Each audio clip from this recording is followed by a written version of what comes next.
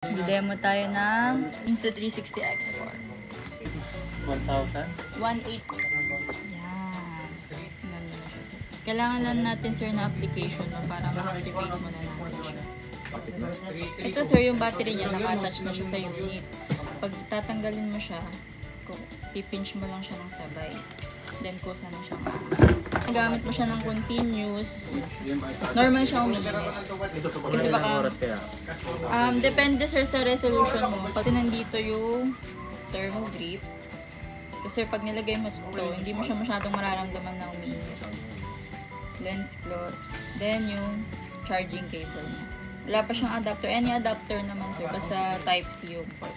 Ganun din to, magkabilaan. Yes po. Kahit magkapalit-palit mo. Ito lang, tapat nyo siya dito. Yung kulay blue. Dito, sir, pwede mong i-adjust yung resolution. Ayaw mo mag-touch doon. Itong kabila, para saan? Pindutin mo lang yun. Yun po yung shutter button. Parang yung magre-record ka, yun yung i-click mo.